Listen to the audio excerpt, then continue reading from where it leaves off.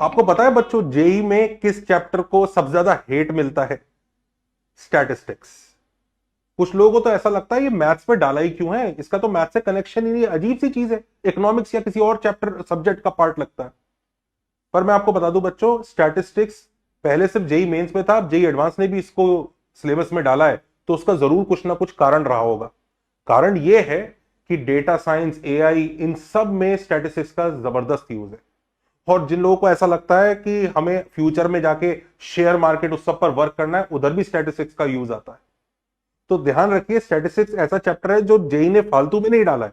ये बहुत अच्छा, इंटरेस्टिंग और थोड़ा मेहनत करवाने वाला चैप्टर है, क्योंकि इसमें कैलकुलेशंस तो होती है, और शायद इसी वजह से इस चैप्टर को थोड़ी सी हेट मिलती है।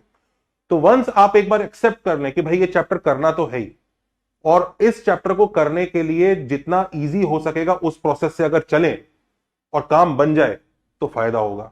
तो उसी लिए हम लोगों ने आपके लिए हमने बनाई है बच्चों एक लिस्ट, जिस लिस्ट में सारे इंपॉर्टेंट टॉपिक्स हैं। तो मैं आपके लिए सबसे पहले वो लिस्ट बता देता हूं बच्चों, इन टॉपिक्स को जरूर करके जाइएगा, छोड़िएगा नहीं। इस लिस्ट में बच्चों जो पहला सेक्शन है वो है फंडामेंटल्स ऑफ स्टैटिस्टिक्स। अब फंडामेंटल्स, कौन से फंडामेंटल्स की बात हो रही है? जिसमें डेफिनेटली आप इंडिविजुअल, डिस्क्रीट और कंटिन्यूअस फ्रीक्वेंसी डिस्ट्रीब्यूशन के बारे में बात करेंगे, मीन, मीडियन, मोड के बारे में बात करेंगे। हो सकता है 9th और 10th में भी आपने पढ़ा हो। Combined mean of two series के बारे में बात करेंगे, और वेटेड मीन के बारे में पढ़ेंगे। मेंस में तो ज्यादातर वेटेड मीन के ही क्वेश्चंस आ जाते हैं।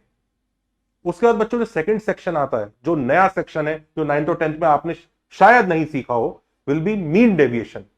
Deviation about mean and median, mean deviation for discrete frequency distribution, mean deviation for continuous frequency distribution, merits and limitation of mean deviation, और कोफिशिएंट ऑफ मीन डेविएशन। थोड़ा सा part theoretical भी है, लेकिन काफी ज्यादा कैलकुलेशन ओरिएंटेड क्वेश्चंस भी इस पे बन जाते हैं।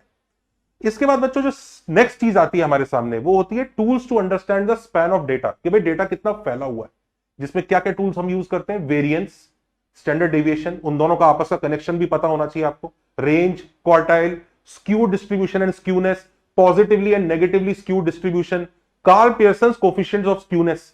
इसको करते करते बच्चे कई बार परेशान होते हैं, कुछ लोग छोड़ के जाने की भी कोशिश करते हैं। अभी तक जेई एडवांस में तो उसके ऊपर क्वेश्चन नहीं आया है, पर आ सकता है, इसलिए आपको डेफिनेटली इसको कर लेना चाहिए। Distribution, regression and correlation is the next section of this chapter, which I consider very important, जिसमें binomial distribution, Poisson distribution, normal distribution और ऑफकोर्स कोरिलेशन एंड रिग्रेशन के कॉन्सेप्ट आते हैं। अगर आप इसको अच्छे से करेंगे और आप इस चैप्टर की प्रैक्टिस करके जाएंगे, तो डेफिनेटली आपको ये चैप्टर आसान लगेगा।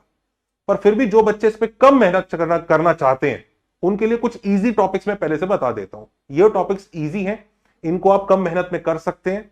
Mean, median, mode, mean deviation easy है। वेरिएंस डायरेक्ट फॉर्मूला ही होता है, स्टैंडर्ड डेविएशन उसी से कनेक्टेड होता है, दोनों को एक साथ भी किया जा सकता है। ये थोड़ा इंपॉर्टेंट भी है, काफी क्वेश्चंस वेरिएंस और स्टैंडर्ड डेविएशन के ऊपर ही एग्जाम में आ जाते हैं। वहीं कुछ डिफिकल्ट टॉपिक्स हैं जिससे आप बचने की कोशिश कर सकते हैं, although I do not advice कि आप इस चैप्टर में वो टॉपिक्स भी छोड़ें। वो है positively and negatively skewed distribution, Karl Pearson's coefficient of skewness, binomial distribution, Poisson distribution and correlation. तो ये सब जो टॉपिक्स हैं थोड़े से टफ माने जाते हैं, नए टॉपिक्स में इनको समझने में भी वक्त लगता है। कई बार ऐसा लगता है सिर्फ फॉर्मुला याद करके फॉर्मुला ही अप्लाई कर रहे हैं। अच्छा, इस चैप्टर को करने के लिए जो हमारे प्री रिक्विजिट्स हैं, कि इस चैप्टर को करने के पहले हमें क्या आना चाहिए, उसकी बात भी कर लेते हैं।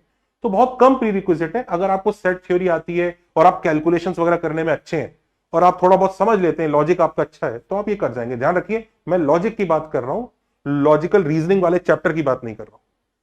Now for the most interesting part, कि इस चैप्टर का वेटेज कितना, एग्जाम में कितना आने वाला है। तो पहले बच्चों ये चैप्टर सिर्फ मेंस में ही था और एडवांस में इसकी कोई खास रिलेवेंस थी नहीं, बट अब जेई एडवांस ने भी इस चैप्टर को इंक्लूड किया है और इसकी वेटेज डेफिनेटली और ऊपर ही जाएगी।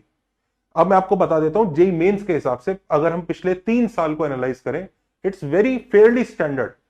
ऐसा शायद ही कोई पेपर रहा हो जेई मेंस का जिसमें एक क्वेश्चन इस चैप्टर का ना आया हो। तो 2021, 2022, 2023 तीनों में 5% का वेटेज रहा है।